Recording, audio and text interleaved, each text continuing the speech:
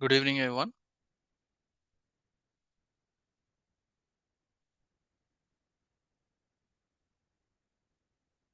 So I think we should be good to start. Am I audible?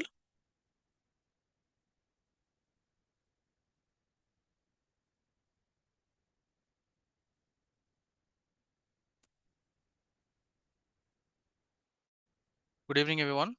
Am I audible?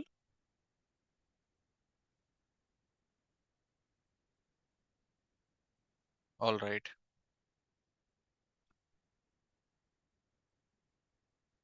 So I think we should be good to start. Yesterday we have just reviewed on storage services, right?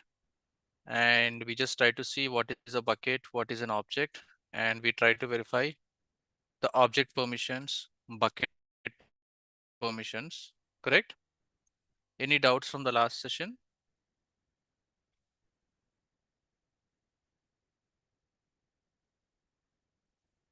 Any doubts from the last session?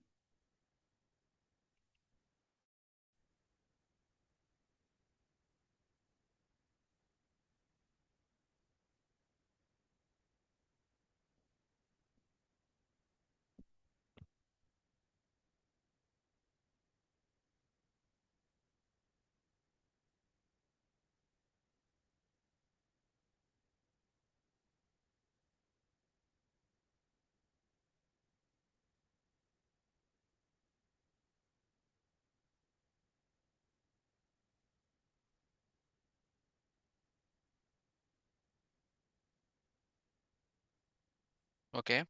So let's try to discuss further more topics. All right.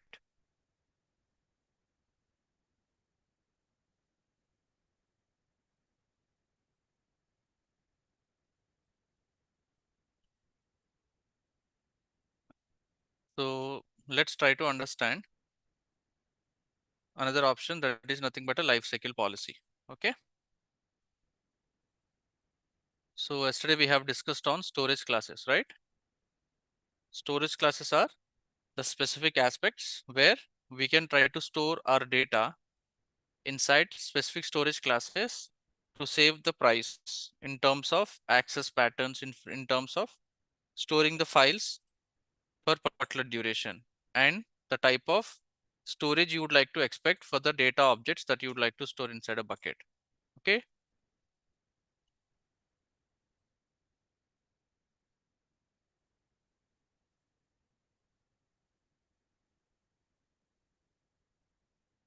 So let's try to see what is a life cycle policy. I'll just go to the S3.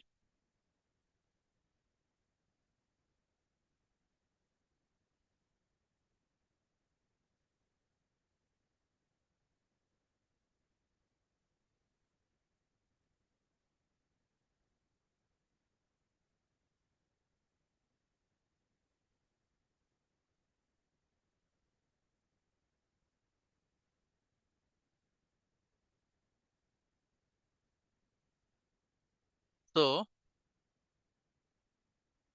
life cycle policy, it is kind of a configuration, which is a kind of a set of rules that define actions that Amazon S3 applies to a group of objects. Okay.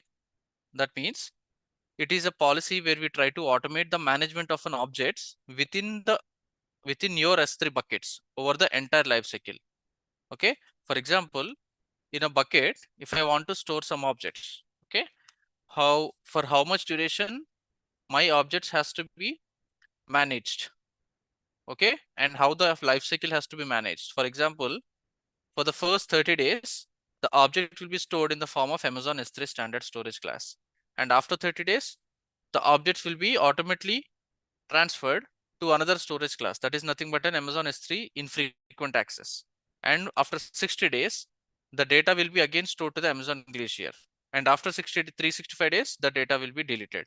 So why this is required? Because to save the cost, okay, I just want to transition the objects between different storage classes. Why this is required? Because very first 30 days, I have a data which I want to frequently access. Then S3 standard storage class is required. Then I'm trying to store the data inside the S3 standard storage class. After 30 days, I don't want to access the data very frequently. then what I'll try to do? So I'll try to store the data inside the standard infrequent access so that I can try to save the cost, where I'll try to randomly access my data inside the bucket so that it will try to save the cost, because there is no point of paying the amount for the S3 standard class, right? So that's why we are trying to store the data after 30 days. It will be automatically moved. We don't try to move the object from our end. It will be automatically transitioned from one storage class to another storage class. So it will be moving from Amazon S3 standard storage class to Amazon S3 infrequent access. That means I want to access the data infrequently. So that's fine. My data is there till 60 days in S3 standard infrequent access. That is, I'm trying to randomly access my data. So after 60 days, what I would like to do, even I don't want to access the historic data, then what I'll try to do, I'm trying to write a lifecycle policy in such a way, after 60 days, my data has to be archival data. That means my data has to be archived. So the data will be moved to the Amazon Glacier. As we know, the Glacier, the data will be completely into the archival storage. That's what it is trying to mention. So once the data is into archival form, it will be staying for 360 days. That is completely 1 year. So after 1 year, I'm trying to write a rule. Okay, the lifecycle policy I want to set in such a way, the data after 360 days, it should be deleted. So this is how the lifecycle policy for objects can be configured. Okay, so it is kind of a, to ensure cost efficiency, it is a simple set of rules to manage the life cycle of the data into S3 buckets with an automated fashion. Okay. So the ability for S3 objects into different storage class with a different cost structures allows the companies or the organizations to potentially reduce their cloud storage cost throughout this entire data life cycle. Okay. So that's how it is going to be beneficial.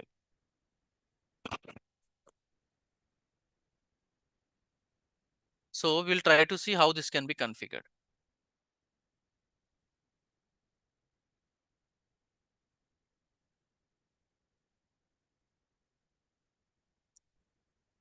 So to configure the lifecycle policy, you just don't do it. It's a chargeable service.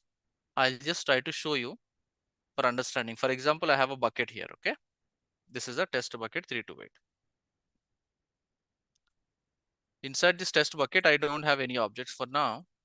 So inside the management, there is an option called lifecycle rules.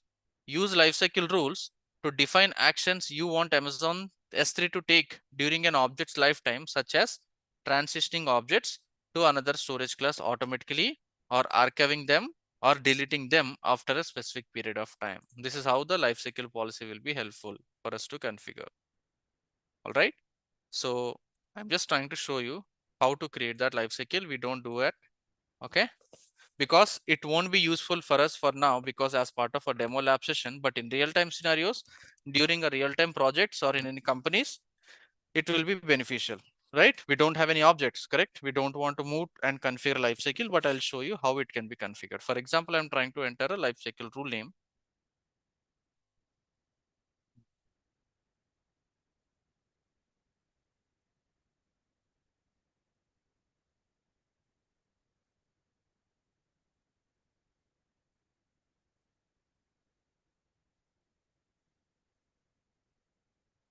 I give a demo lifecycle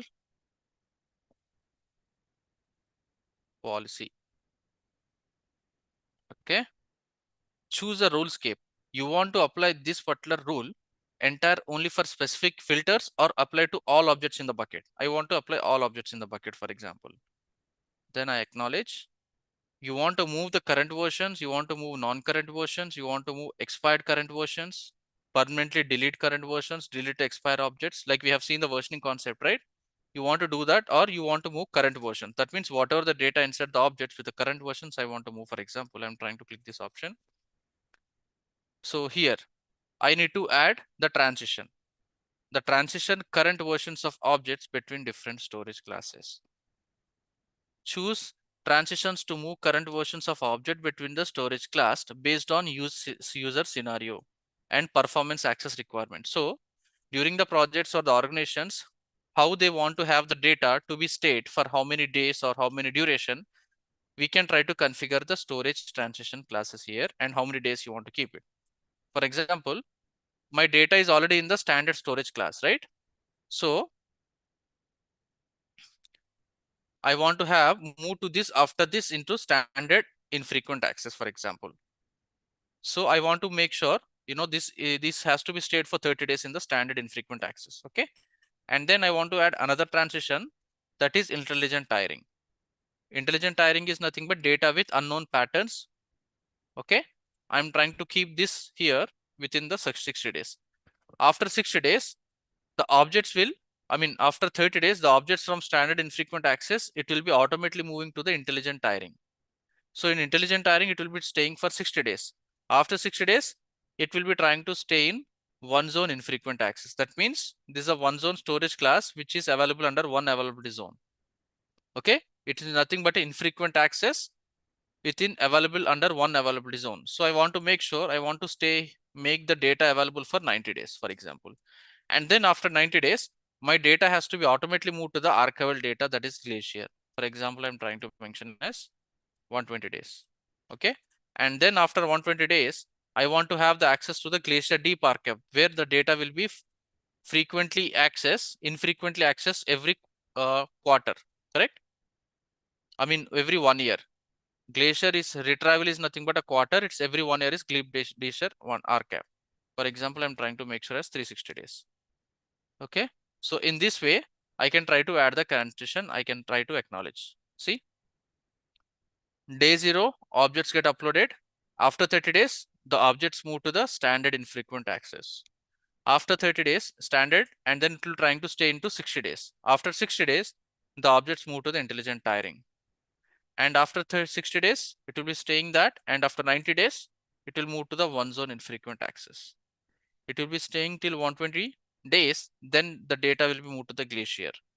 And then it will be trying to stay into the 360 days, and the data will be moved to the Glacier Deep Archive. You can see this is how the rule can be created. Once the rule is created, whatever the objects that you try to store inside the test bucket 328, this is going to follow the principle of moving the data from one storage class to another standard storage class. This is how the lifecycle policy will be applied. All right. Any doubts on understanding standard storage class?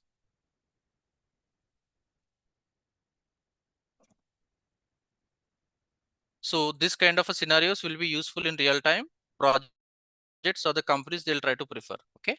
There is one more aspect. Yes, you can directly move to the deep archive storage.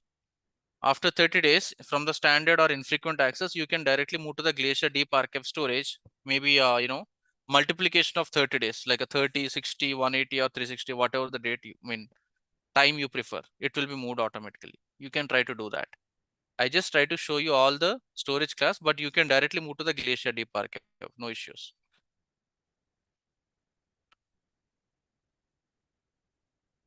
Any doubts on lifecycle policy?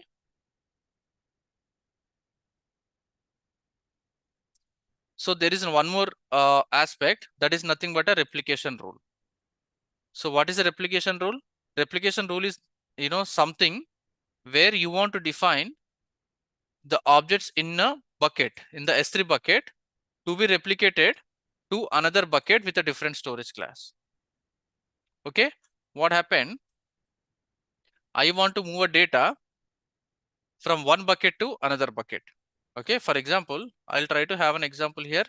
Test bucket 328 and demo bucket 321, right? I have two buckets here. For example, I want to go to the test bucket 328. I'll just try to make sure this is a source bucket, for example. Okay. This is a source bucket and this is a destination bucket. So what I would like to do here, I want to replicate the data automatically from here to demo bucket 321. So I don't want to do it manually. I want to have the configuration, which is something automatic. Okay. Let's do that soon. Just a moment.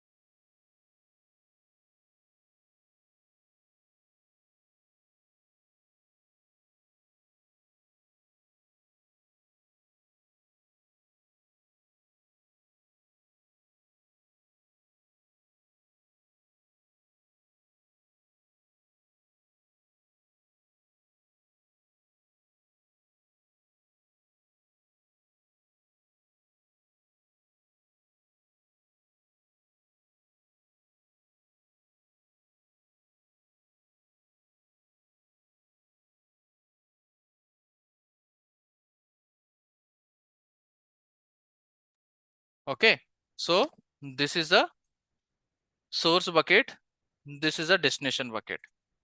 So what I would like to replicate, whatever the data or the objects which are uploaded into this demo bucket, I want to have that automatically copied to the test bucket. So where this kind of a scenarios will be useful, this is kind of a admin bucket where I have an important data. Okay, and this is the customer bucket where I don't want to directly give access to the demo bucket because this is an important data which is already in place. So I will try to create a bucket. I will give an access to this bucket to the user so that whatever the data which is copying into this bucket automatically get moved into the test bucket 328. So that's what we are trying to do that. Okay. For example, this is a source bucket. We will try to create a replication policy. Okay. Let's try to create a replication policy, create replication rule. So while creation of replication rule, we need a versioning to be enabled. Okay, we need versioning to be enabled. So replication requires versioning to be enabled for the source bucket. What is the source bucket? Demo bucket 321, correct? Enable object versioning on the bucket to continue creating the replication rule. Okay, I'm just trying to enable the bucket versioning, that's fine. I'm trying to create as demo replica rule. Status equal to enabled. So what is the source bucket name? Demo bucket 321. Which region this bucket is in there? US West, Oregon, West 2, correct? So I can try to choose the different region, but this bucket is already created in US West 2 region. So this is where it is already there. So I want to create a rule, this replication rule to be applied under all objects in the bucket. Okay. I want to have this rule to be applied all objects in the bucket, and where you want to have this data replicated from source to destination, the destination bucket, I want to choose a different bucket in this particular account or a specify a bucket in another account. If you try to specify another account, you need to go, mention other account ID and other bucket name, and you can try to mention that. We don't have another account. For example, I'm trying to choose a bucket inside the same account. So I'll try to choose the browse S3. I'll try to choose this as a destination bucket. Okay. Choose path. You can do it later, maybe. Okay. You can do this task later while watching the recorded session, or if anyone is trying to do it, that's fine. Maybe you will be not able to concentrate. Replication requires versioning to be enabled for the destination bucket as well. So this is a mandatory to enable the versioning in the destination bucket as well, as we have enabled the versioning for the source bucket as well. I'm trying to click on enable versioning. So versioning is enabled to the source bucket and the destination bucket. Source bucket is demo bucket. Destination bucket is a test bucket. Okay. That means whatever the data which is getting copied into this bucket, the objects will be automatically moved to the test bucket as well. That's what the scenario it was. Okay. And I'll go with the default settings. Encryption I don't need. And do you want to change that storage class? I don't need that. Okay. Whatever the data being replicated, if you want, you can try to have the storage class changed. I don't want to do that. Okay. I want to keep it under the same standard storage. So this is kind of a time, how much time it is trying to take. Within 15 minutes of time, it is trying to calculate the metrics. These are kind of a chargeable information that you doesn't require to enable. You can see additional charges apply, additional charges apply. You shouldn't do that as part of a free tier. Okay. You just ignore this. So click on save. Enter. I'm just trying to make sure as a create new role. Okay, it will try to create a new role. It is kind of a permissions. IAM is nothing but a role is nothing but a permissions, which we will be discussing in identity and access management module soon. So we will go with the default settings. I don't need an encryption, so I'll just go with the save.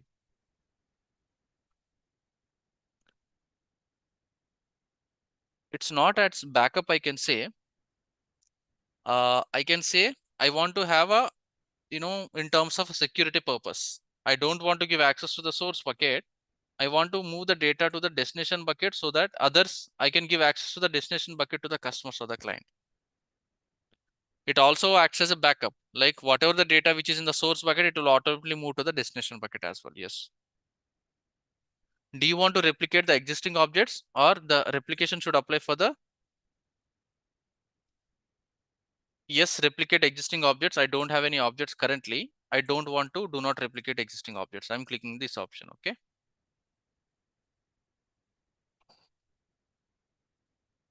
So my rule has been created. Okay. Where this has been created under the demo bucket 321. This is the bucket. And if you go to the management, see the demo replica rule, the replication rule has been created. All right. So let's go to the back to the bucket now, objects. So what I'll try to do, I will try to upload the data inside this demo bucket 321. So the data should be automatically copied to the test bucket because this test bucket is empty now. And I'll try to upload some sample data. Let's see if that replica rule is working fine or not. Let's see.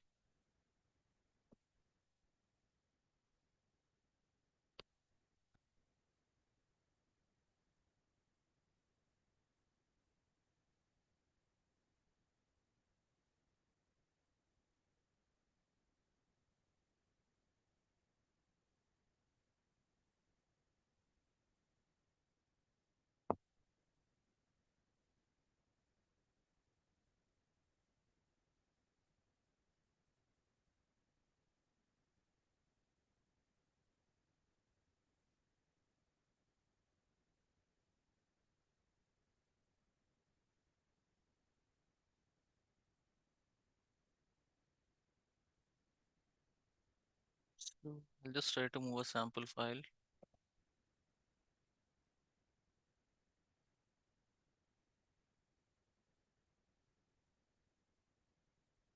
Okay, these are the sample files which I'm trying to upload into the source bucket. Let's see how it goes.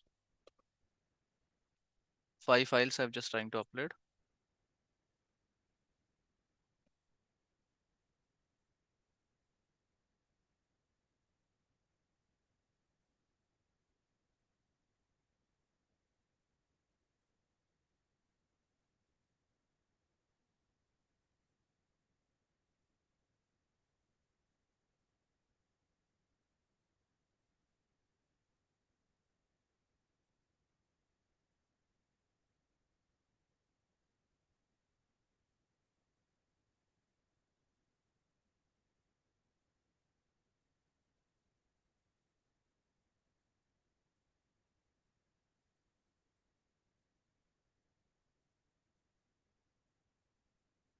So the files has been uploaded. Now this data from the source bucket, it should automatically replicate to the destination bucket. Let's see if it is getting done. It's not yet copied. Let's check.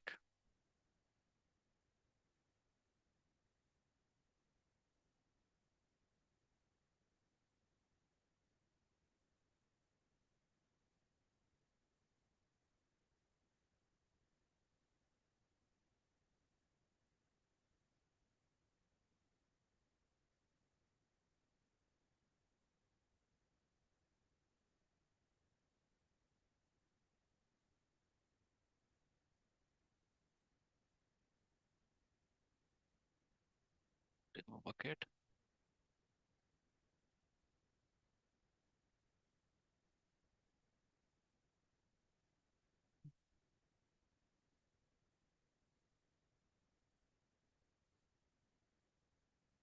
The configuration.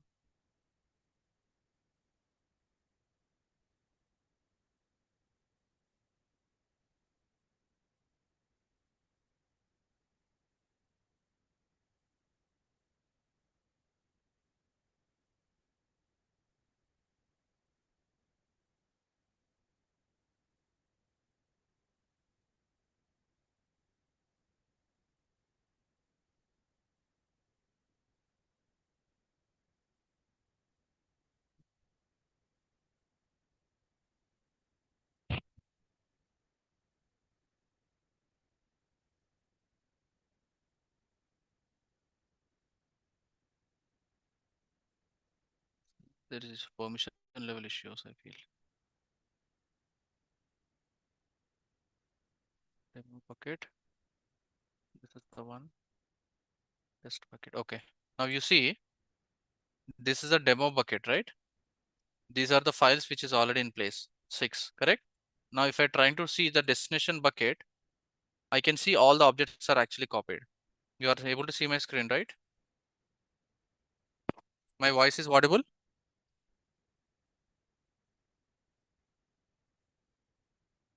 So you can see the data has been automatically copied. So this is how the replication policy works. So now in future, whatever the data, the folders, files, and any objects, those are uploaded into this particular bucket, it will be automatically copied to the destination bucket here. That's how it works. Okay. So I just try to go to the demo bucket, go to management, and I click on receive replicated objects. When I'm clicking on this data has been already copying into the test bucket 3 to 1. So this is how the replication rule works. So the charges will be same based on the storage classes. And once you do a lab session, just try to delete the replication rule because the data movement will be chargeable, right? So we have to make sure we have to delete that replication rule. I'll just go and delete the replication rule now as we have done with the practical lab. I'll delete. The action will delete a replication rule that may stop automated replication to another bucket. Yes, I want to delete the rule. It's deleted. Now I'll go and try to disable the versioning as well because versioning is not required. It is enabled. I'll try to disable the versioning. I'll click on suspend.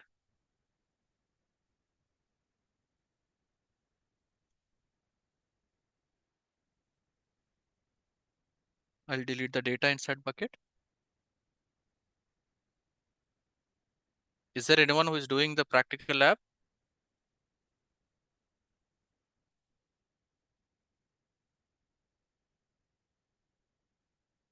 Okay.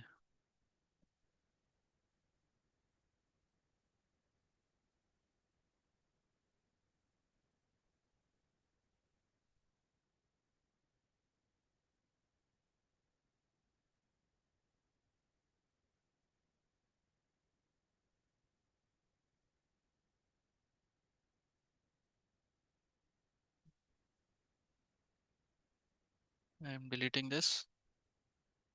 Yes. Permanently delete. I am disabling the versioning as well as we have enabled the versioning, right? I'm deleting this. Click on delete.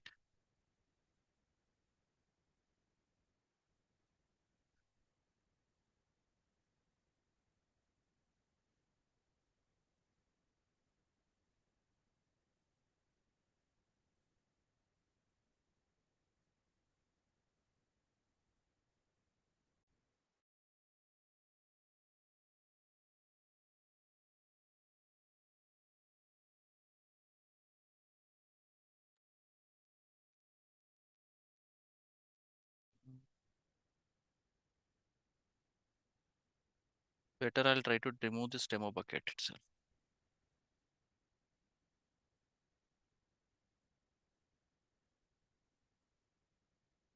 Empty. Permanently delete.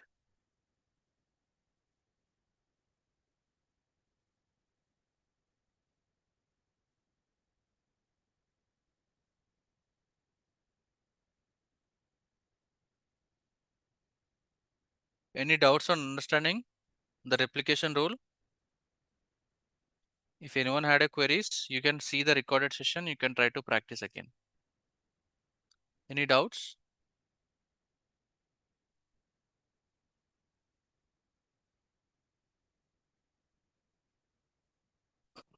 See, I'm just trying to delete the data inside that particular bucket. Okay. I don't want to make it enabled. Yes. When we enable this method, it will be data will be automatically moved to the another bucket. That is what the replication rule is.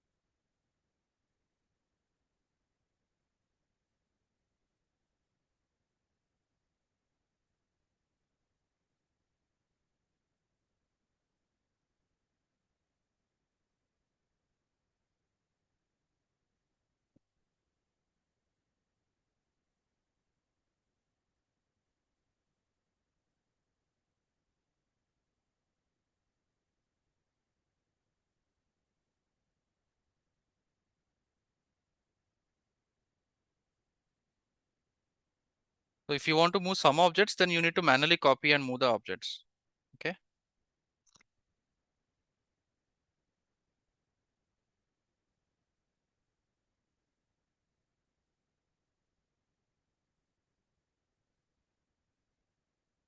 I'll disable the versioning as well. So for the replication rule to be worked, you need to enable the versioning. That's what as per the concept. I'll just remove the versioning as well, suspend.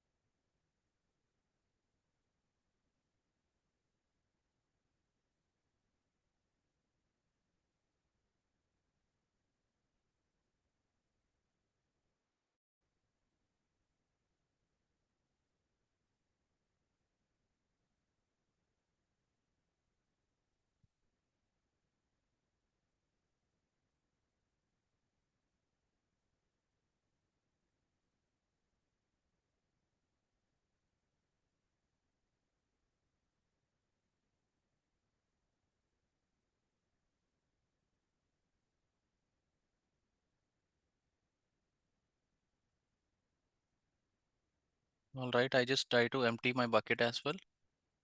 So the data has been deleted. So whenever you try to practice, just make sure, try to empty the bucket, okay? When you try to click on this bucket, there is an option called empty. See, when you click on the empty, all the data inside the bucket will be deleted. Also make sure the versioning to be disabled. All right. So someone has a question on what is the use of replication rule. See, this is a project admin bucket, okay? And this is a customer bucket. What actually happens, the server is connected to these buckets, right? Whatever the data, I don't want to give directly access to the main bucket. So what I would like to do, whatever the data which is being uploaded from the server to this bucket, rather I try to copy and paste this bucket. I want to create a replication rule. So the data from this bucket, it will, whatever the data is incoming, it is directly copying the same data into this bucket as well. So it will try to reduce the time, and it will make sure the resiliency and the data availability of the data in the objects into the customer bucket as well. So I don't need to manually check again and again and copy paste the data. Okay, it's kind of a replication rule we are trying to create.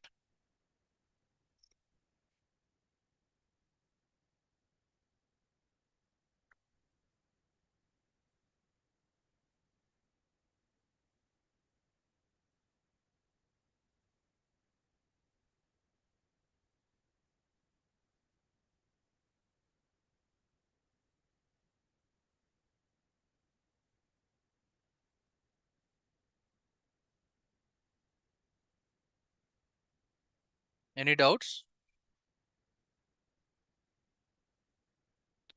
If we replicate the data, we delete from the replication rule applied bucket, then will be deleted from the other object. Once you delete the management replication rule, the data won't be deleted automatically. You need to go and manually delete. The data will be still there in the backend.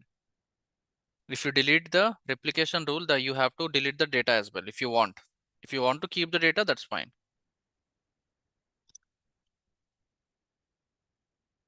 The data won't be automatically deleted. You have to delete manually. That's what I did, right? I deleted the data manually.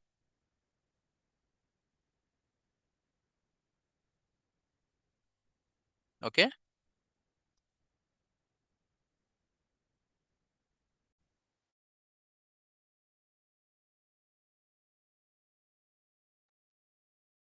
No, if you delete the data from data demo bucket, it won't automatically delete from this test bucket. It won't. The data won't be automatically deleted. The replica rule is to only copy and paste to the other bucket. It is not about to delete the data from one bucket to another bucket. Okay. So we'll move to the next one. So there is one more concept, which is nothing but a multi-part upload. So currently we've been seeing whatever the data we are trying to see, we are trying to upload the data in terms of a single object and the maximum data that can be copied up to 5 TB, right? So multi-part upload is some kind of an option where you can try to split the single object into multiple objects. I mean multiple parts. Okay. That means file can be uploaded by using the multi-part upload API, which is kind of an option provided by AWS S3. That means if you upload a single object, that will be trying to upload in terms of a set of parts. A single object will be divided into a set of parts here. And once it is divided into set of parts, and at the end, when it's trying to reach the bucket, it will be again compressed into a single object and will try to move to the S3 bucket. So each part is a contiguous portion of objects data. That is, each part is nothing but a combination of existing main part, objects data. After all parts are actually uploaded, the Amazon S3 will assemble these parts and create an object. Why this is kind of a multi-upload is required? This kind of a concept which is required only used for the files larger than 100 MB. Okay. This kind of an option multi-part upload, which is kind of a technology which will be used the files which are larger than 100 MB. That means there might be issues. What are the advantages for such kind of a requirement? When there is an issue with the network level, if a transmission can fail at any time, right? If you upload a single part at a one time, the big file. So with the help of this multi-upload, you can transmit the failed part, not the entire 100 MB of data. That means if 100 MB is divided into 5 parts, like 25 MB, 25 MB, 25 MB. So when this is trying to move, when you are trying to upload from the source, during the destination, when it is reaching the cloud, there is some network issue, then again you need to reapply entire and re-upload the entire data again. So again, it's kind of a time consuming and a process wise, it's kind of a failure. So with this option, we see it can quickly try to recover. When there is an issue with one part, it will try to retransmit only the failed part, not the entire 100 MB of a data. That's what it is trying to mention. Quickly recover from network issues. If transmission of any part fails, only need to retransmit the failed part only. We have also an ability to pause and resume the object uploads. It will try to improve the throughput in terms of a network level. It improve the throughput performance, upload parts in parallel to improve throughput so that you have a time, you have a, latency, low latency and the high throughput. Like network performance, it will be more so that the data will be securely and it will be available into your S3 bucket from the source where you're trying to upload. This is one kind of an option which is available. That is nothing but a multi-part upload. Okay. It is one kind of an option where, in real time, where which have a big level of a data, if you try to select this, it will be trying to split that into parts and then trying to reassemble into the S3 bucket. That we can try to use that. All right.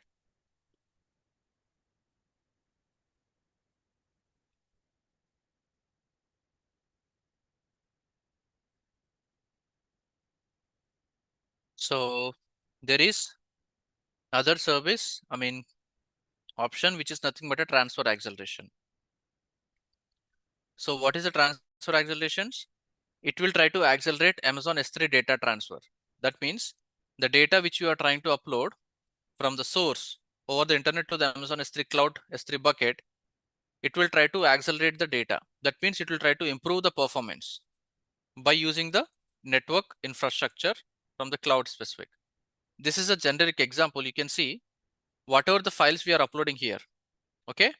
Whatever the files we are uploading over the internet, we are trying to directly upload the objects to the S3 bucket. So this is going with a normal process, correct?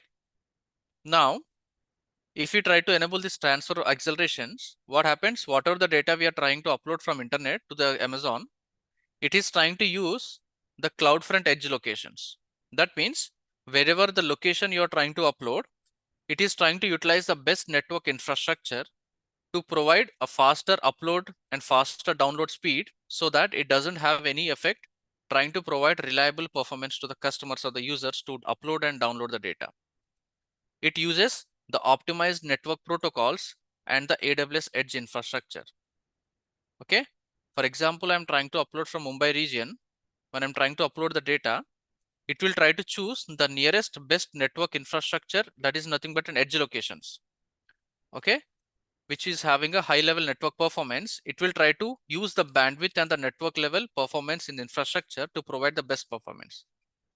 Use optimized network protocols and the AWS infrastructure. What are the benefits over here? It typically provides the speed improvement. Okay, it can provide 50 to 500% for cross-country transfer of a larger objects. It can go even higher under certain conditions. All right. For example, I'll just try to show you a sample. This file over here. Just show you. Skip verification. Open this.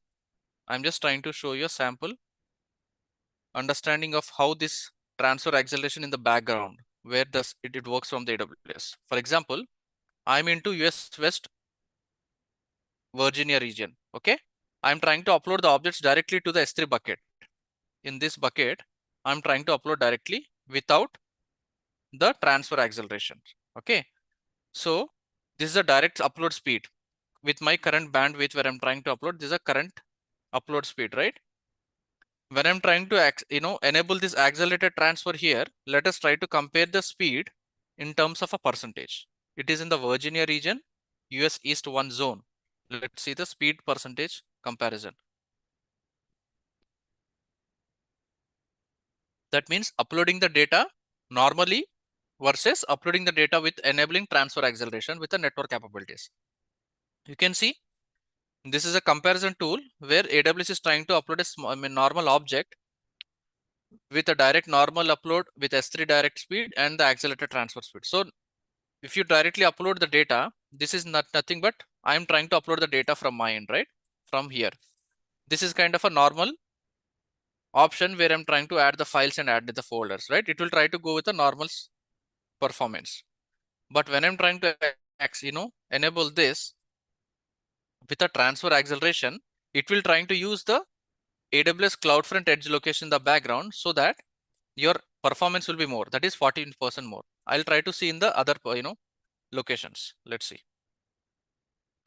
Here I'm being using the Oregon region, right? Let's see the speed performance Oregon. It is slower in the San Francisco. Let's try to see the speed performance from the Oregon region.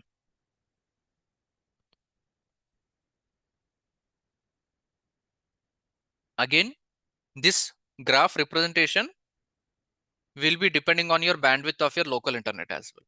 Okay, that's what it is telling. Your upload bandwidth or a system constraint might be limiting your speed. See, Oregon region, I'm into my bandwidth, right? So if I compare my bandwidth when I'm trying to upload and use this kind of a transfer acceleration, let's try to see how much percentage I'll get in faster response. It is 43% faster when compared to normal uploads and usage, read and writes of data when compared to the accelerated transfer. So this is how the the comparison it looks like. So this, for example, you are into US West 2 or US West Mumbai, this percentage might be different for you because you're into a different network and your network might be a different, right? You can also try and see. So this is kind of a comparison chart, how it looks like.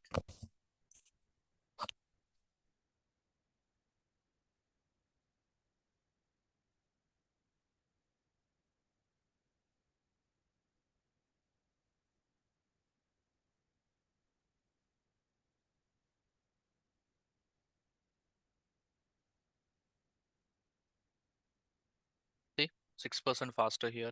It is trying to, show us the graph of different location, how the performance will be varying, how it is going to be speed up the process of data transfer and data access and reads and writes. Okay.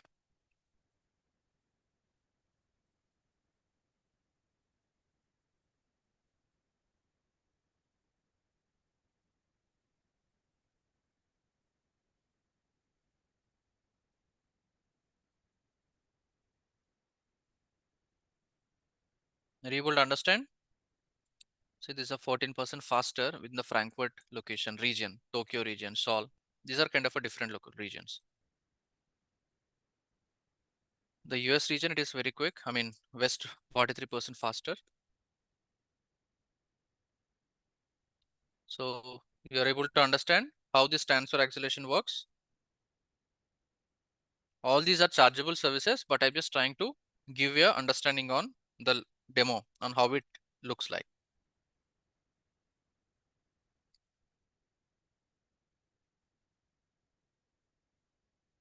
Are you able to understand?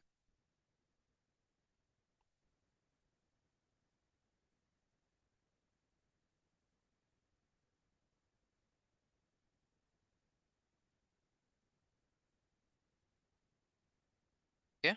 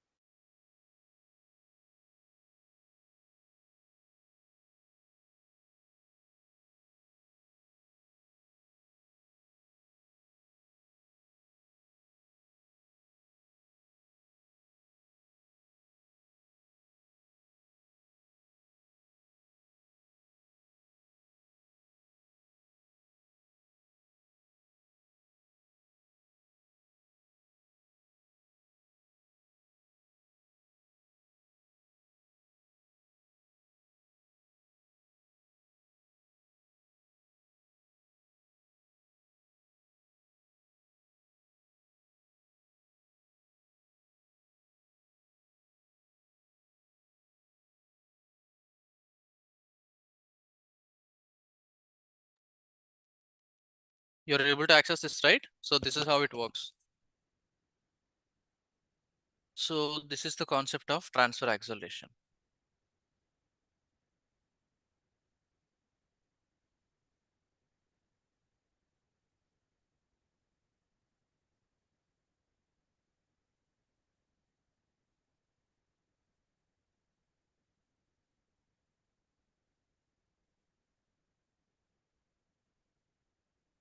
So there is one more concept, which is nothing but an AWS S3 snowball. Okay.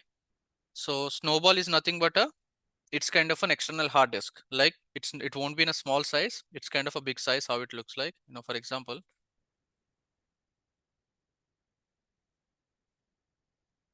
in real time companies or scenarios, this kind of a snowball technology which will be useful by the companies to transfer the data for a different locations. You can see this is how the snowball device usually looks like.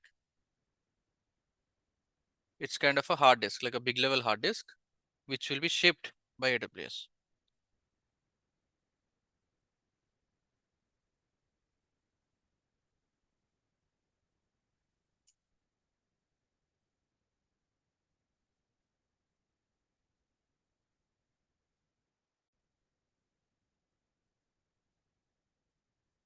So what is a snowball here?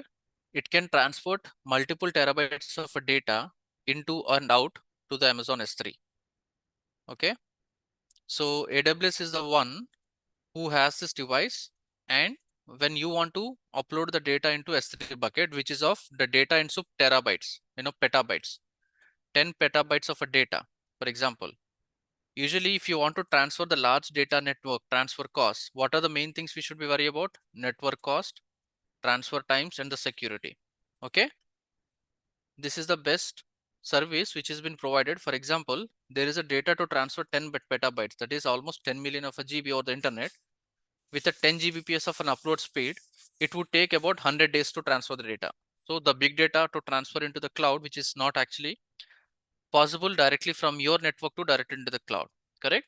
So what AWS is trying to do, they are trying to ship, when you try to raise a case, support case and a job to AWS, they will try to ship this kind of a device to your location. Okay.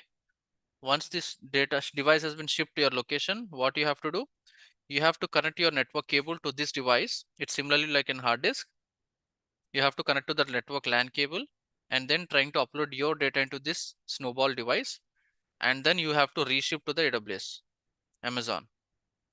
And once you reship, the data will be transmitted. You can see How to use? Create a job in the AWS console and a snowball will be shipped to your address.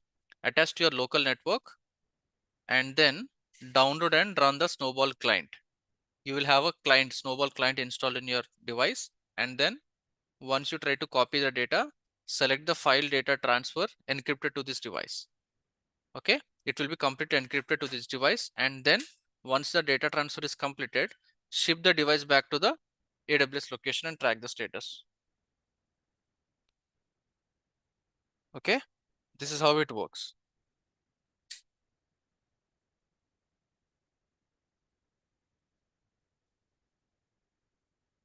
So this is one kind of a technology for a big level data which has to be transferred from one location to cloud, right? So this is how it looks like. And when I want to create a job, for example, in the companies, usually it looks like this. I'll just say snowball. It is for the large scale data transport. We don't do that, but I just want to show you the different options which are available in terms of a storage.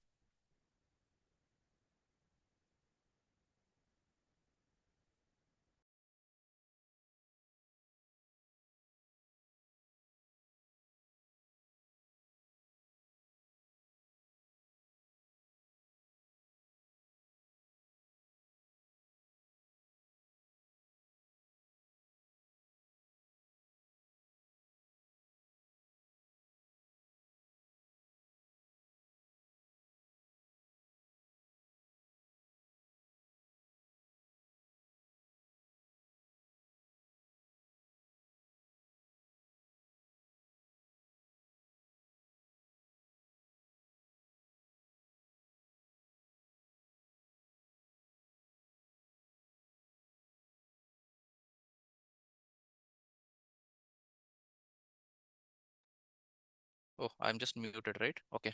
So once I try to create a job, it will try to choose the required specifications, which I have to select here, like the cores, memory, and the storage.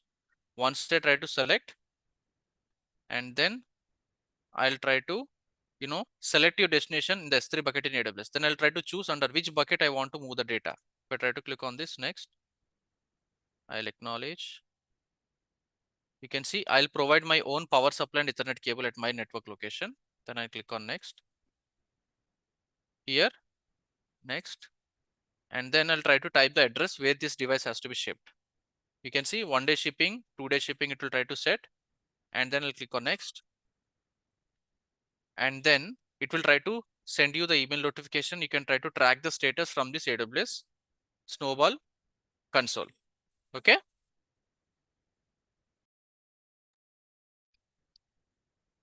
So this is how it works.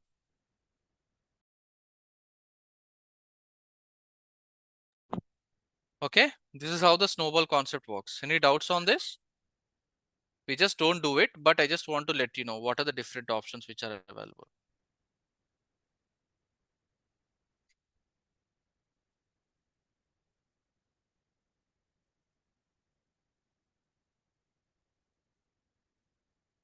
Snowball is used to export the data from local location or any other location to the cloud network. So this is kind of a device which will be shipped to the customer location.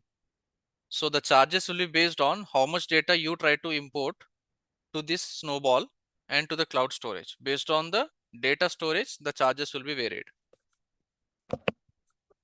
Okay. You don't keep the snowball, it will be directly transferred to the AWS location directly. It will be completely into encrypted, and you have encryption. So while the data transfer is happening, the data will be completely encrypted in the device, and you can directly, it will be have directly uploaded by AWS into the S3 bucket.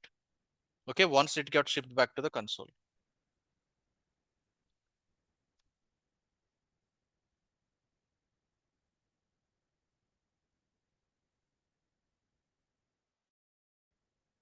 And consideration of a storage requirements, there are compliance and latency considerations. When you want to have the data to be stored inside the cloud and you want to download the data from the cloud, Data residency and regulatory compliance has to be followed.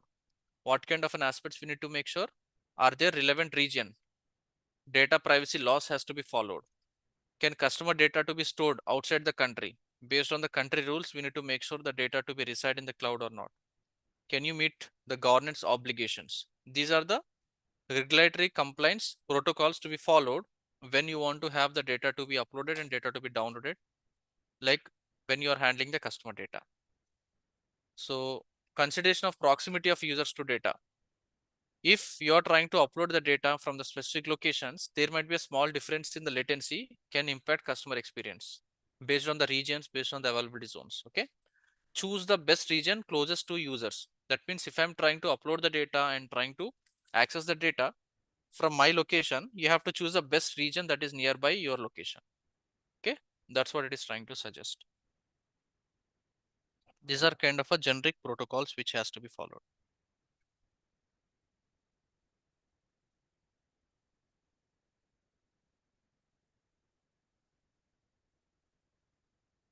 And service availability and trying to understand on the cost considerations. You can see not all AWS services are available in all regions. Okay. So as we know, not all AWS services, these services, it's not guaranteed that all services will be available in all, different regions. So slowly AWS is trying to have the services implemented into all the locations and the regions, and they are trying to come up with the new data centers, and they're trying to have a new locations everywhere. So that's what it is trying to mention. Consult the AWS region table for all details on what all the services which will be available. Services expand to new regions regularly. That means AWS is trying to still work on trying to implement the new services to be implemented into all the regions. Okay, because they have to configure and deploy their infrastructure into their locations, right? So in that way, they are trying to work on it and can use some services cross region but an increased latency. If you try to use other services which are not available in your location, then there might be issue in terms of a performance or some kind of a slight latency. That's what it is trying to mention. Cost effectiveness. The cost will be varied based on the region. Some services like Amazon S3 have cost for transferring the data out. If you want to transfer the data from specific services in some regions, there is a charges that we need to make sure. We need to always look into the charges based on the regions as well. Consider the cost effectiveness of replicating the environment into the another region. So you always have to choose the best cost effective solution to replicate or migrate the data from one region to another region. So these are kind of a cost considerations and availability which are in terms of a storage solutions.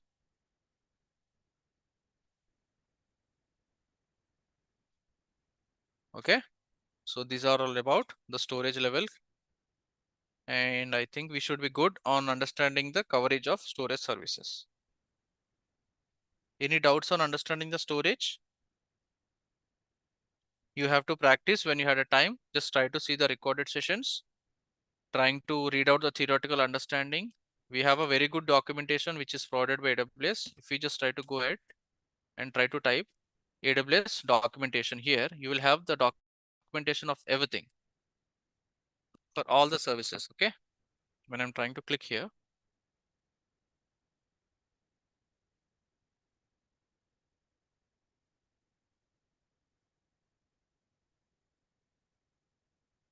see, this is a AWS documentation. If you go and choose by service, you'll have a documentations of each and every service that you can try to understand. I'm just pinging in the Zoom chat. You can try to refer that as well.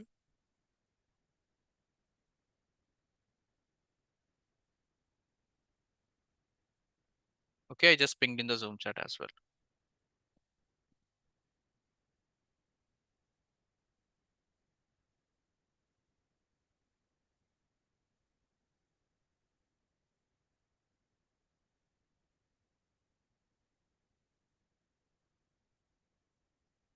You got the link?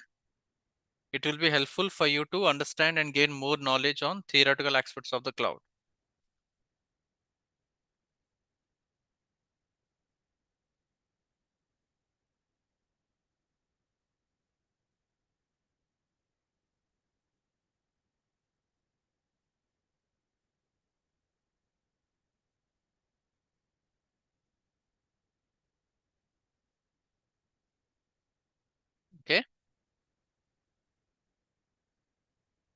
All right.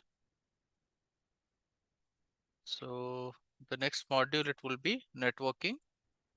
Let me try to share you that, my screen.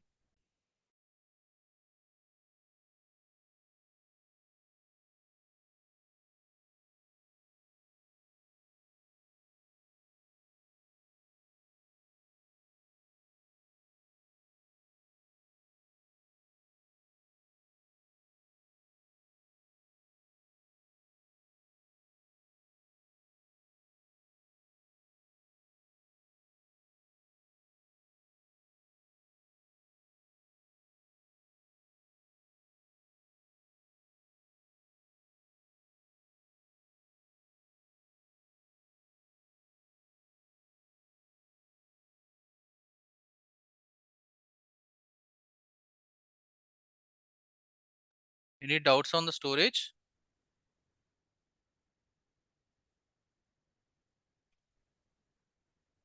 Configuration, buckets and objects, any doubts?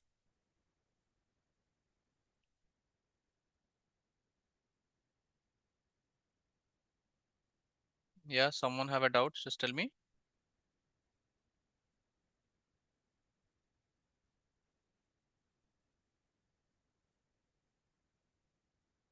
Anyone? Any doubts? You can ask in the Zoom chat. We can start with the next module.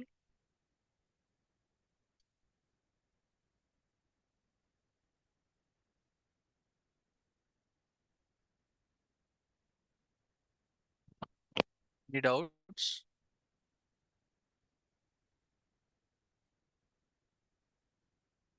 So you created a bucket, couldn't host a static website. So why you couldn't host a static website? Yesterday we have done, right? If you follow the steps, you will be able to host a website properly.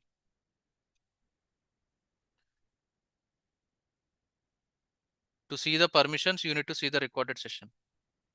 Okay. How to use real-time industry, this type of a storage classes. See, real-time industry means, for example, I've just took an example of insurance company or the hospital. There is a company in the hospital. They want to use the storage class, I mean S3 standard services inside the AWS cloud. The hospital means they have a huge level of a documentation, right? So they don't want to access the data very frequently. Whenever the data is coming recently, then they want to access the previous year data. They want to move it to the archive. Then they can try to use the Glacier Deep Archive. Correct. So in real-time scenario, based on the companies, the type of the workload and the type of documentation they want to preserve, they'll try to choose the storage class. Okay. Any further doubts?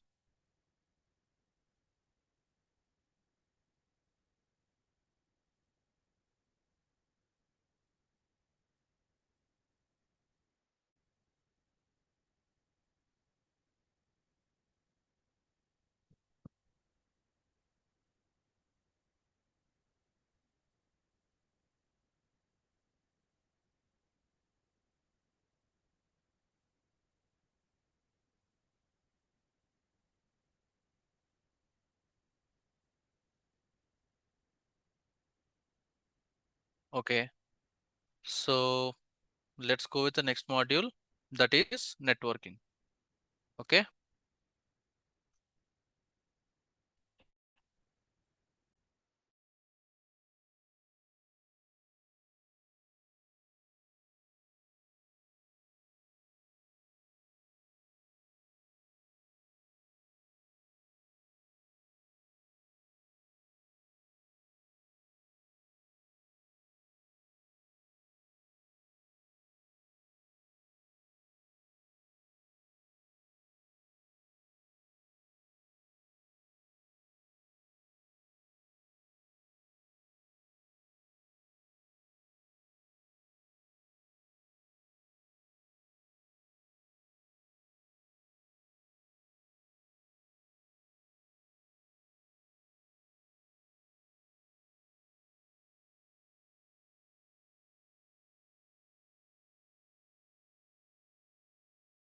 So before we start up with the module of networking, so I want to know What is a network? Can anyone speak up?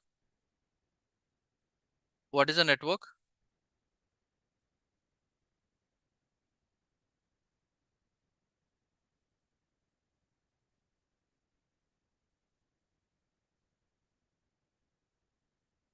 Anyone?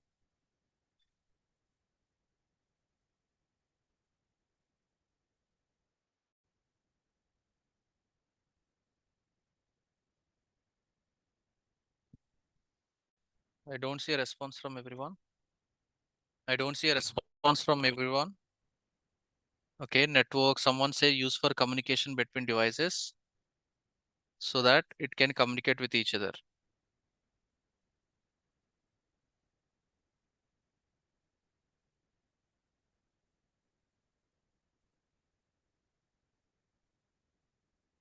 Mhm. Network is a channel where we can transfer data. Yeah. So the answers which were correct, transferring or data from source to the destination, correct?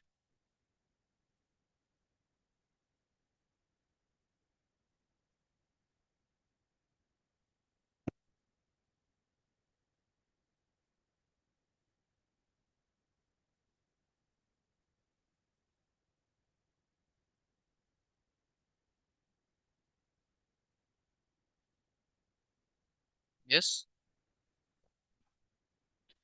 Communication between the devices to exchange the data. Yeah. So I'm seeing a different responses. That's true.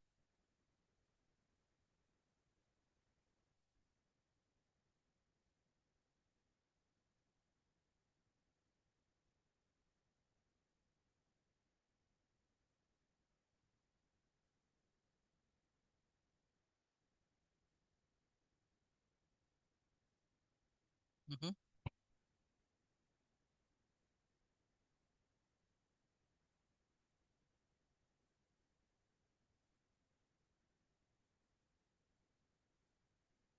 So I can mention as communication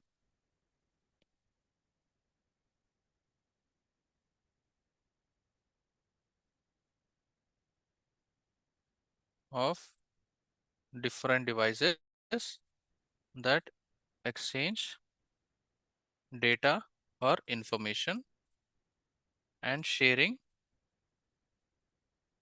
resources each other. Correct? Yeah.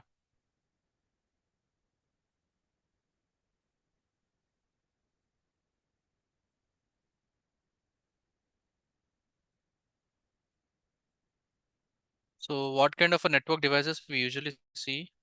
Any idea? Like the devices we have in general network devices like routers, switches, correct? And maybe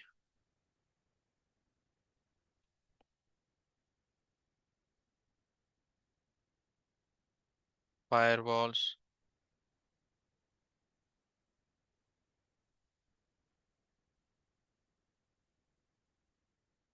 access points, hubs,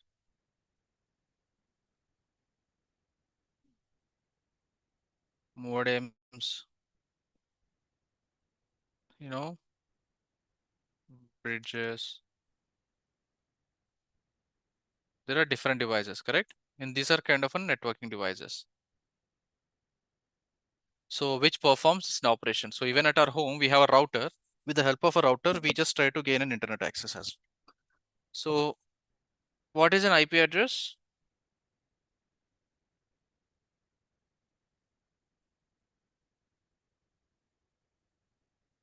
What is an IP address? Anyone?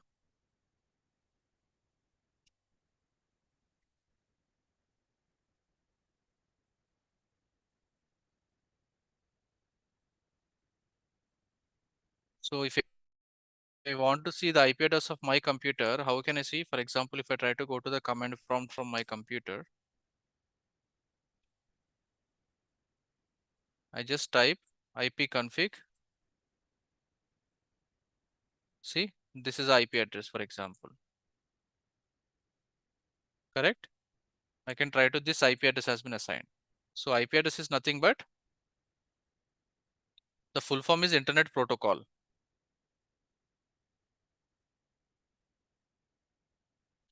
And it's a 4 octet.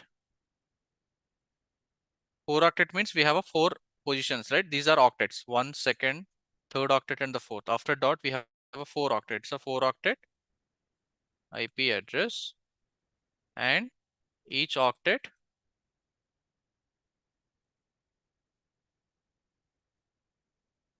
contains 8 bits. So each octet will contain 8 bits. So that means here 8 bits, 8 bits. This octet will contain 8 bits, 8 bits, 8 bits. So this is nothing but a 4 octet, when each octet will contain 8 bits. Okay. So that's why we are calling as 32-bit IP address. 8 plus 8 plus 8 plus 8, right? We are calling as a 32-bit IP address. We are having bits. We are calculating in the terms of a bits. But we are seeing only number in the front end. But the back end, the calculation will be different in the form of bits. Okay, I'm just trying to remove. We are calling this as a 32-bit IP address. 32-bit. So we have a different versions like IPv4, IPv6. Okay. IPv4 means it's a, this is an IPv4 version.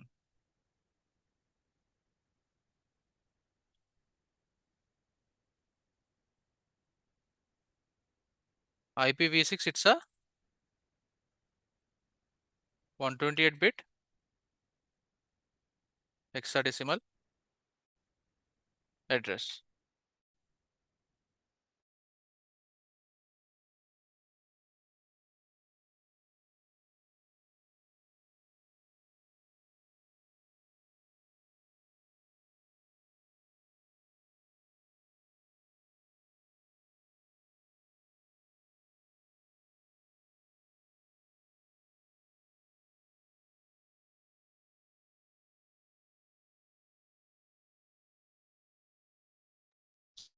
So IPv6 is a new technology. Okay, this is a new version that is still under in phase, and it's a 128-bit hexabit decimal address. Okay, so it will be something, it looks like in this way. It will be looking in some kind of a mix of alpha and numerical values with a hexadecimal address. We are calling this an IPv4 address. Okay, so we have, this is about the IP address. What are the different types of IP address? We have private IP address and the public IP address. What is the private IP and the public IP address? Anyone?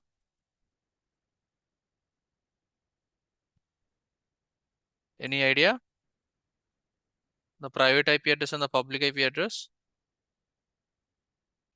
What is the difference between private IP address and the public IP?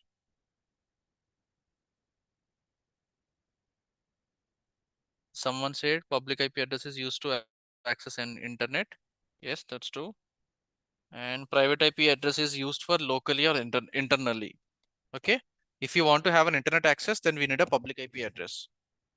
So I can try to mention as it is used for internal access and it's locally used. So it is used to communicate within the network. Okay, it's available free of cost.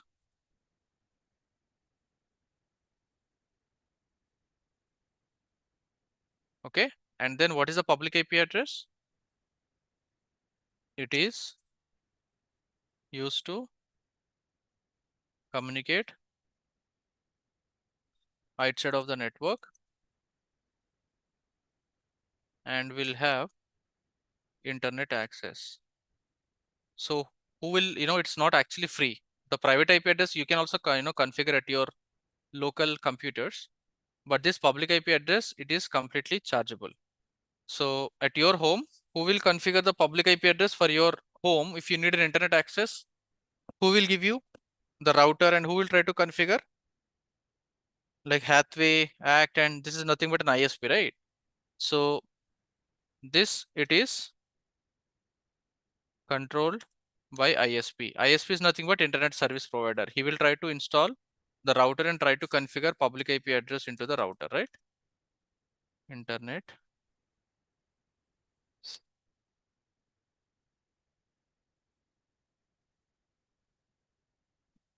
service provider is the one who will try to have this provider who is trying to provide the public IP address, where he will try to configure that in the router, and from the router you'll get a Wi-Fi and LAN access and internet access.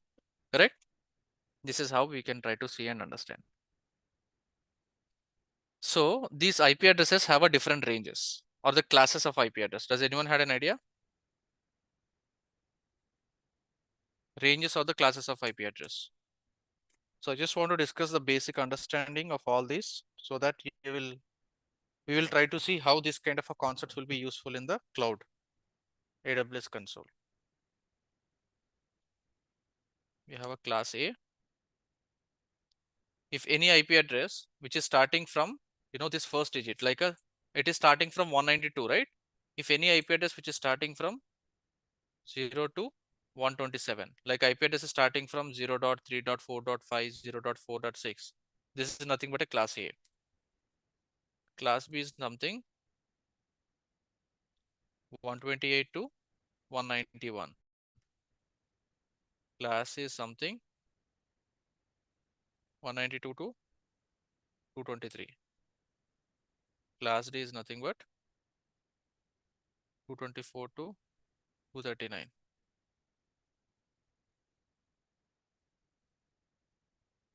Class E is something 242 to 255. Okay, where this class A will be used? This is useful in by the organizations with a small, like anywhere, like any firm that is using which requires a small range of IP address, then this kind of a class will be useful, or government organizations.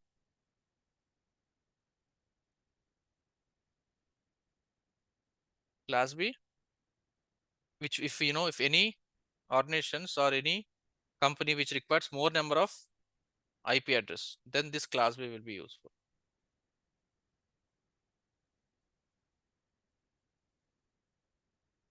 So this class C, it's not more than 256 IP address. So this class C will be used. So my current IP address assigned to my computer is belonging from class C because it is starting from 192, right? In the range where the small amount of IP address, the class C will be useful. Class D, it will be used. These are reserved for special purpose. Okay. Even these are reserved for special purpose.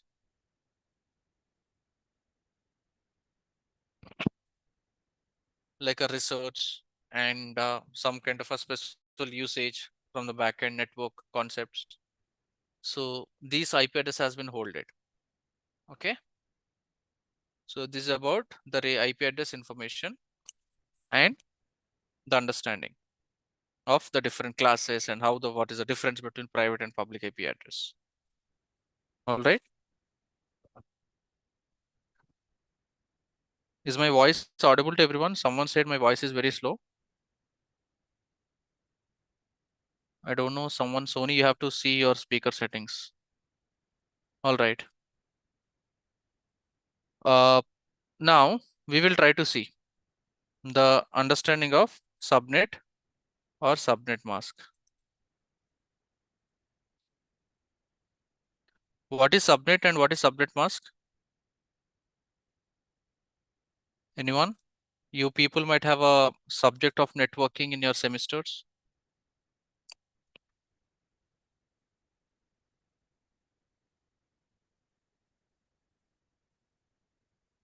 So part of a main network. Okay. So network is nothing but, internet ISP provider, they'll try to assign some particular range of IP address, right? So that is nothing but a main network. So I'm trying to divide the main network into subnets. That means division of larger networks into smaller networks. It's nothing but a logical division. Okay.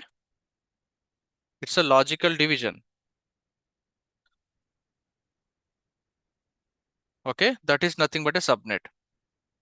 So it will just try to give us information and where to provide enhanced configuration and trying to segregate the different networks. For example, there is a company and in the company, I just want to have different IPs configured to a different set of teams like a HR team, finance team, development team.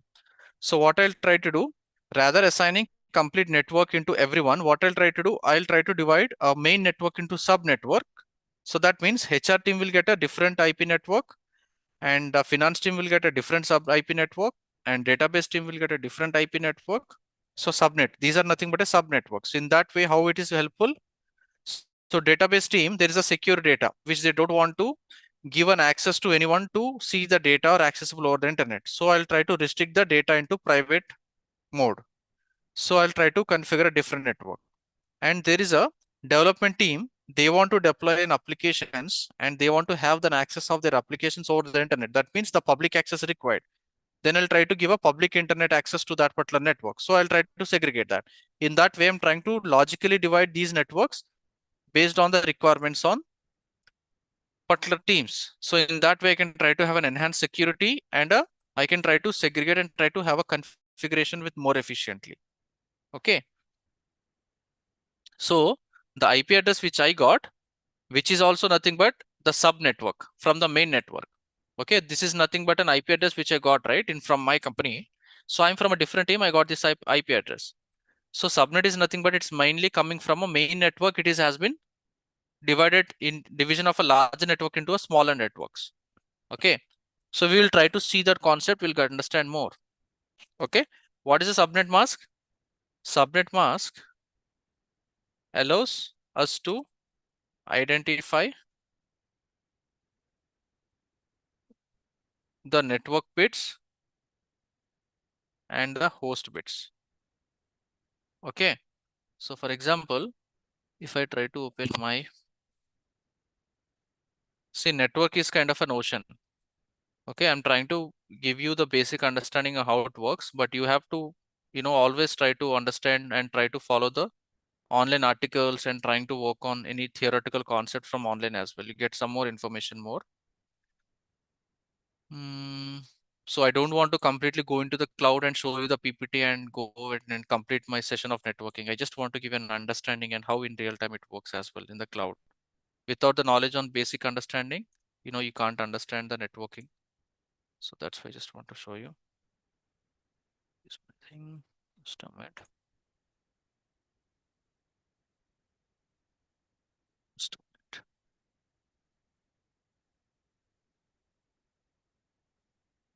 So if I try to see the IP address of my computer, ipconfig/all.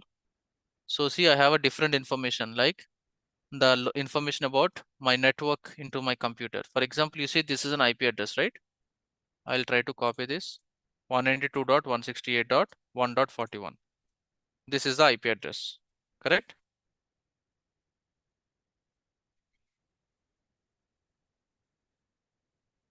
And you can see this is a subnet mask. Okay,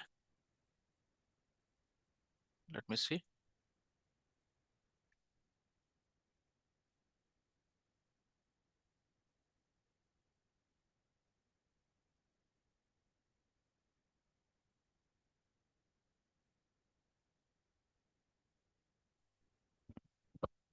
This is a subnet mask, for example.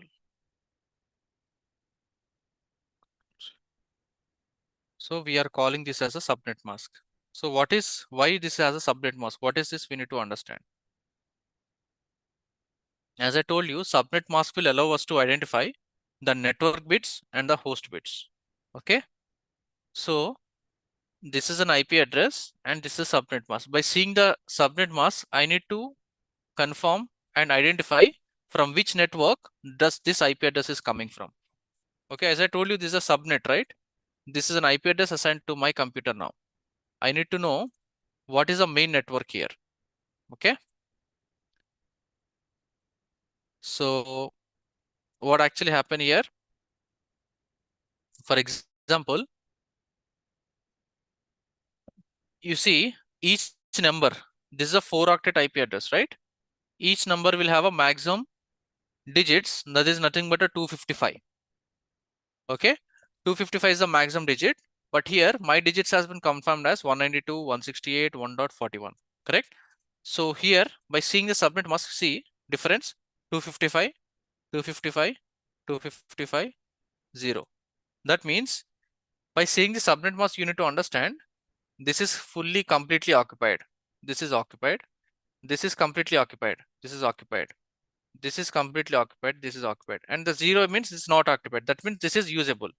So by this thing, you need to understand the first 3 octets are the network bits. Network bits means it cannot be used. These are fixed. And the last bit is 0, right? This is unused. That means this can be reusable. This is nothing but a host bit. These 3 are the network bits and the host bit. So as per the definition of what we need to understand, subnet mask will allow us to identify the network bits and the host bits. You are seeing the same thing, right? Everyone, you are able to understand what I mean? Yes or no? I need a confirmation. I'm just trying to, as much as simple, I'm just trying to explain. Just try to concentrate. It is important for you. By seeing this, I need to understand what are the network bits and what are the host bits. So that means this is the host bit. These are the network bits. Okay. That means, as I told you, what is the concept of subnet? Subnet is nothing but division of a main network into subdivision of smaller networks. So if this is the IP address assigned to my computer, what happens? I need to understand the subnet mask. That means how many bits are used here? 3 bits are used, right? As I told you, each bit have how many bits? As I told you in the top, each octet will contain how many bits? 8 bits, right? So I can try 8 bits here, 8 bits here, 8 bits here, and 0 bits here, right? 0. So that means 8 plus 8 plus 8. How much is that? By leaving the 0, 8 plus 8 plus 8, 24. So the subnet mask for this IP address, by seeing this, I need to understand it is nothing but a /24.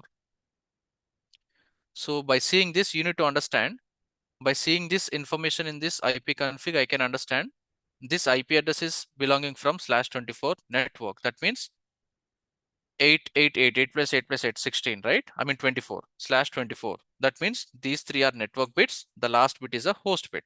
That means usable bit. So by seeing this information, what you need to understand here, how my network admin has been configured, I have to decide. That means my network admin, he has to configure this particular IP address to my computer. So what actually happens, usually there are different slash notations like /8, /16, /24, /32, it goes on. Okay. So you need to understand here how it works here. /8 means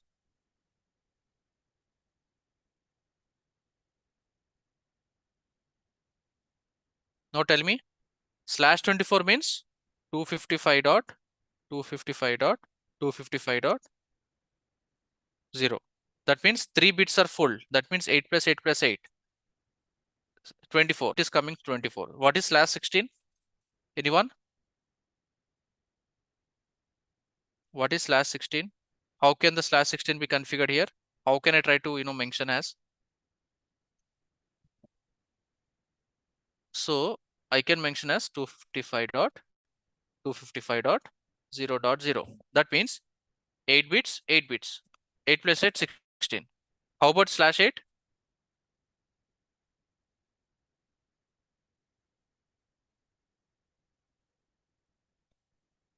/8 means only one bit utilizing. Okay. 255.0.0.0. That means all 3 bits are unused. This is a network bit. These are host bits. These are network bits. These are host bits. These are network bits. These are host bits. These are unused host bits. These are fixed network bits. So when my organization, it is trying to choose /8, okay, how many IP addresses it can be generated and assigned to the computers? You know that it can generate, what are the free bits here?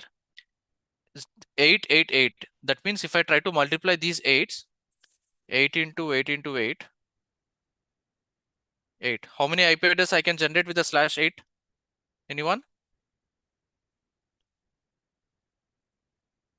I can generate up to 16,500 million, 16 million IP address actually. 375 IP addresses I can generate.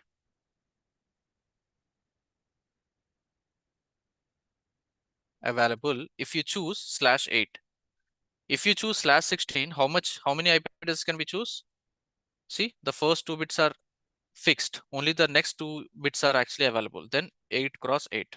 8 into 8 multiplication, how much is that?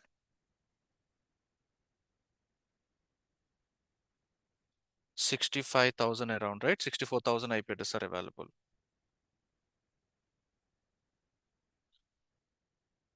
If you choose /24, how many IP addresses are available? /24.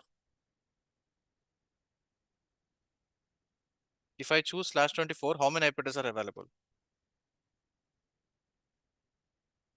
256, right? 256 IP addresses are available.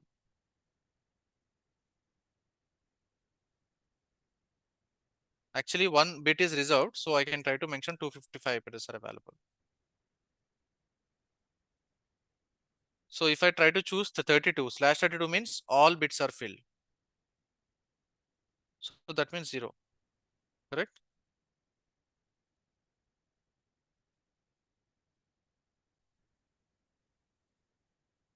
So by seeing this information, by seeing my IP address at my computer, how can I try to guess? See, my company, in my project, there might have a requirement of 255 members. In my company project, there are 255 members, 255 computers. Okay. What my network admin did, he tried to assign, use the /24 network. That means 255.255.0, so that he will get how many IP addresses here? 255 IP address, so that he can try to assign 255 IP address to 255 employee computers. In this way, the organizations will try to see how many IP addresses are required, and based on that, the subnet concept will be done, and they'll try to assign the IP addresses based on the requirement.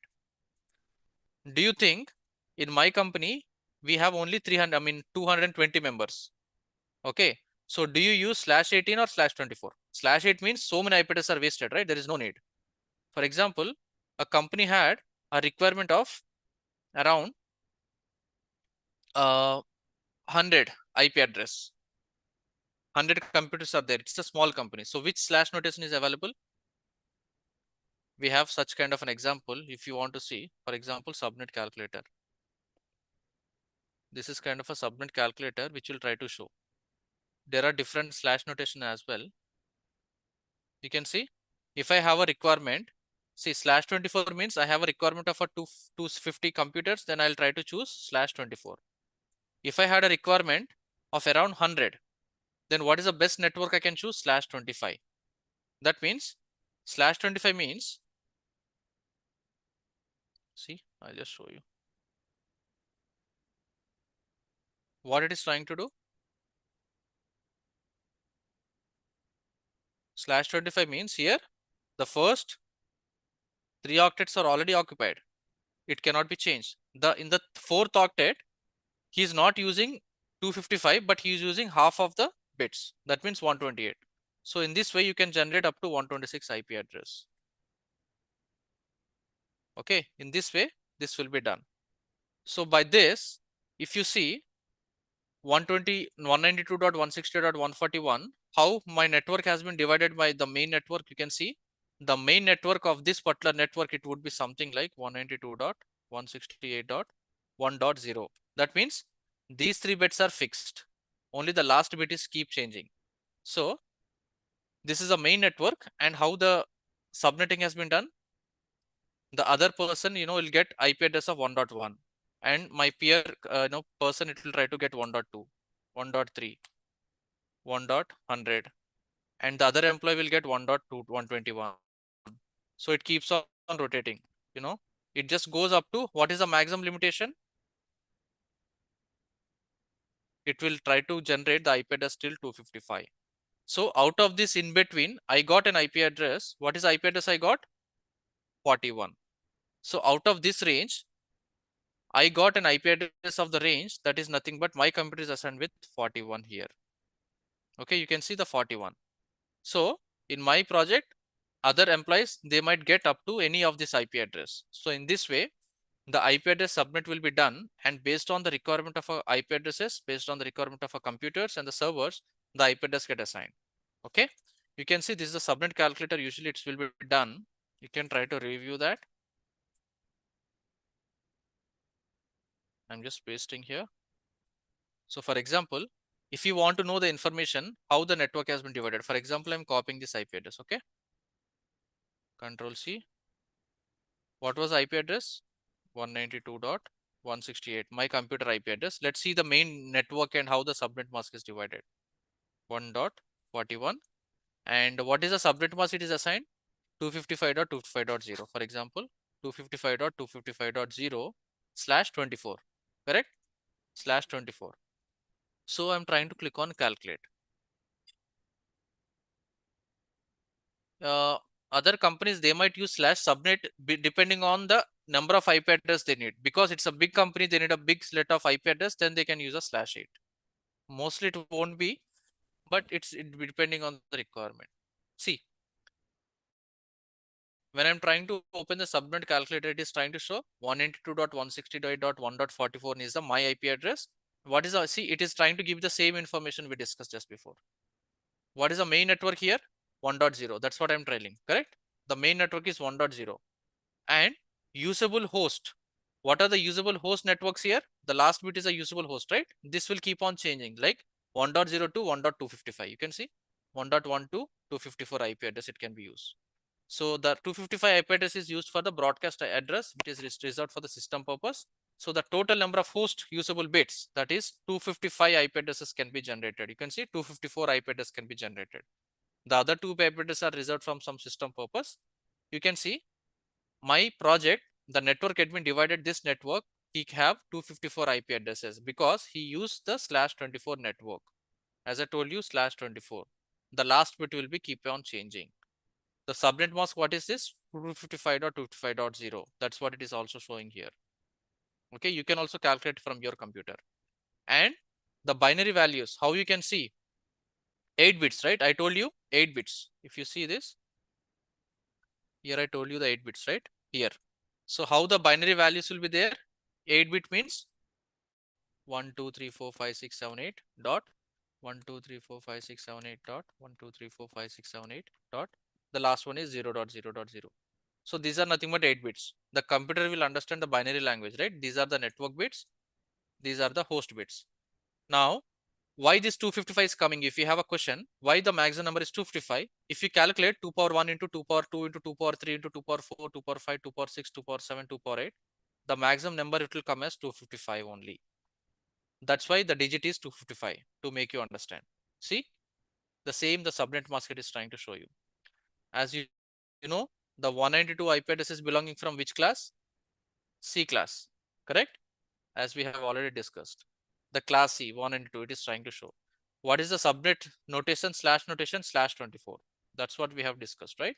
/24, it is a subnet notation for my IP address. Okay. So this is how we can try to use it, and we can have the calculation. Usually For the network admins, they'll try to do this manual calculation, and we can use a subnet calculator to understand the specifics of what is a subnet, what is a subnet mask, what is a binary calculation. Okay. If you see, /8 means we'll have a 16 million IP address. /9 means 8,388. /16 means 65,000. /8 means 16,382. /27 means 30 IP address. If I had a requirement of 30 IP address, then I can do a subnet mask, use a subnetting concept with a /27. You can see all the 3 network bits used. In the last bit, they have used almost 224 IP address, and the remaining only 30 host usable bits are there. So in this way, the subnetting concept will be done. You are getting my point?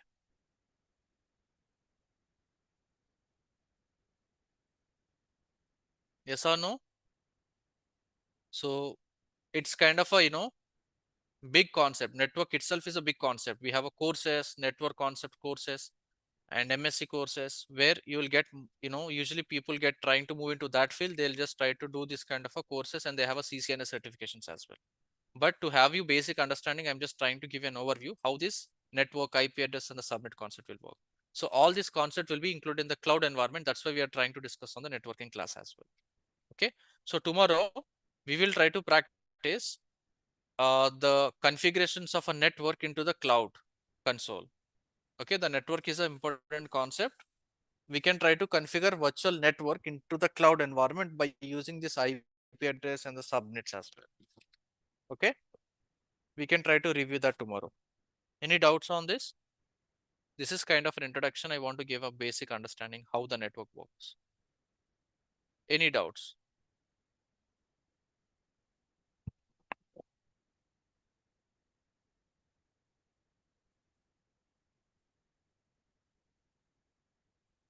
See, broadcast means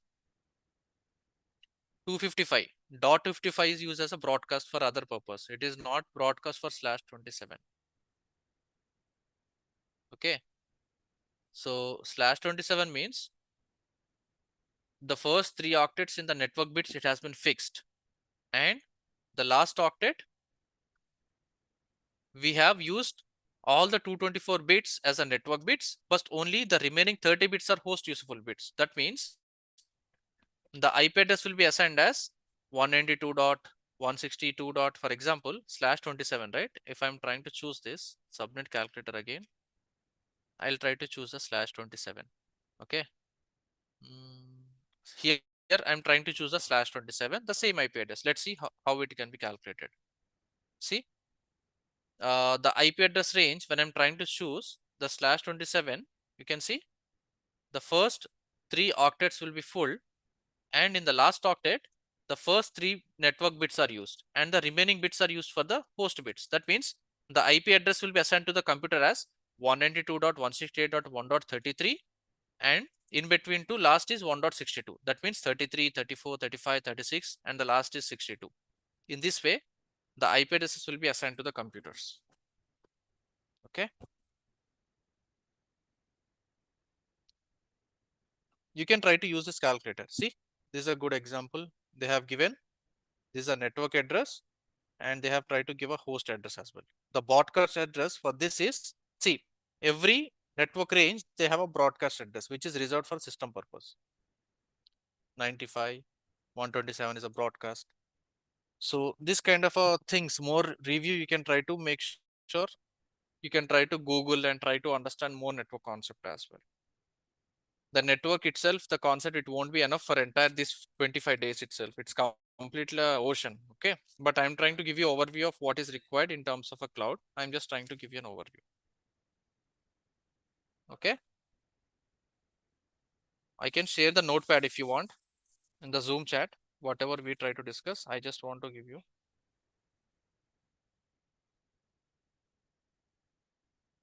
See, I just share the notepad for you guys. You can download and see whatever the discussion we had.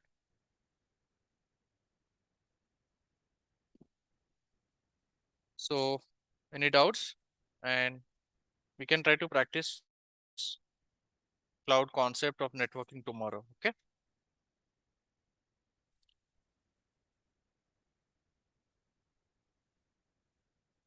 Bala, you're done? Yes, Samar. Okay. So, dear participant, I shared the attendance link in the chat box. So, please mark your attendance and don't forget to share your feedback as well. And if you have any query or question, let me know. I will take on the same.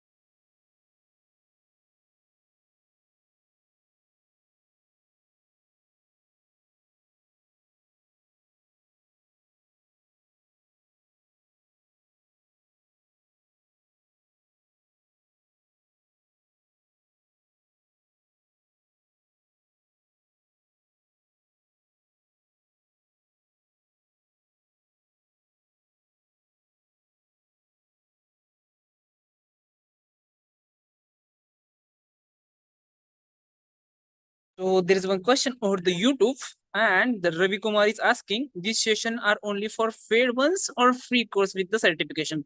So dear Ravi, as we are on live on YouTube as well, so it's free of cost training program for 30 hours. Okay.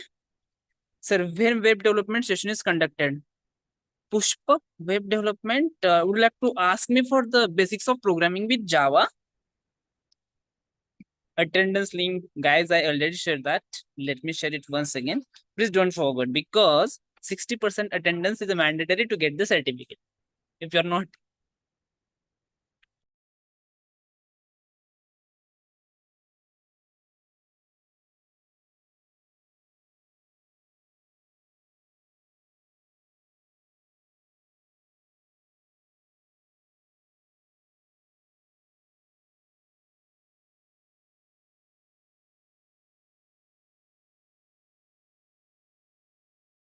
there, can you mark our attendance directly in LMS? Yes, Roja. So coming to that part, LMS, YouTube, and Zoom, there are three platforms, all links are same.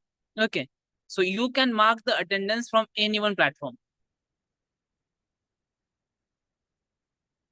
Yes, sir. All perfect. Thank you so much. Anything else, guys? Or shall we wind up for the day? Sir, it was showing progress zero at course dashboard. Is it with Epic getting the certificate? So just one, don't worry about that progress mark on the LMS. I know that you are attending the session here.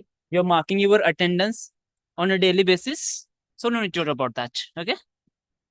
Sir, can you please provide an overall revision on the last day? Okay, Priyank, I will talk with Bala sir on the same, and definitely we'll try to cover that. Okay, and we'll share the agenda as well, what we covered. Next question: can we get notes and all videos class LMS? Yes, it's already there. You can visit LMS once, you will get that. Sir, is there an exam at last? You will have a surprise test. Okay. So I'm not going to explain when the test will be there, how many marks, and what will be the question, because it's surprise test. So on any day I will be come in the session and I will say that, guys, it's time of test. Let's start with the test like that. Okay.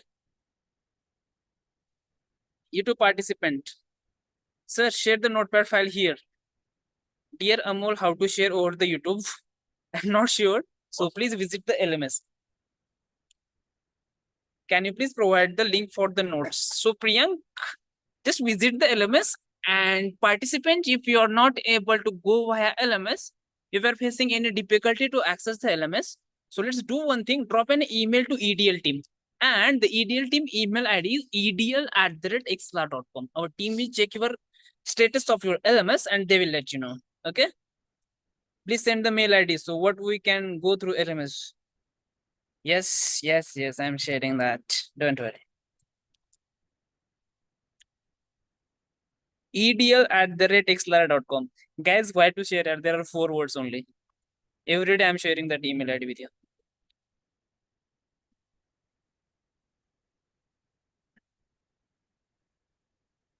Sir, can you send attendance link?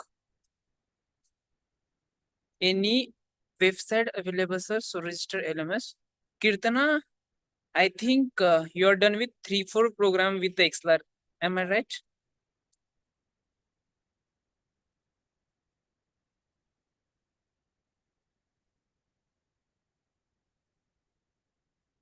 Yes, sir. Then same thing. We have to follow the same procedure.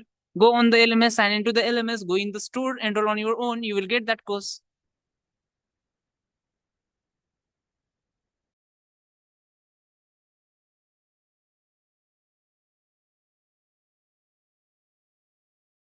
Sir, can you please ping email ID? Just one? Yes, I'm sharing that. But I'm not getting, sir. No problem. Drop an email to EDL team. Okay.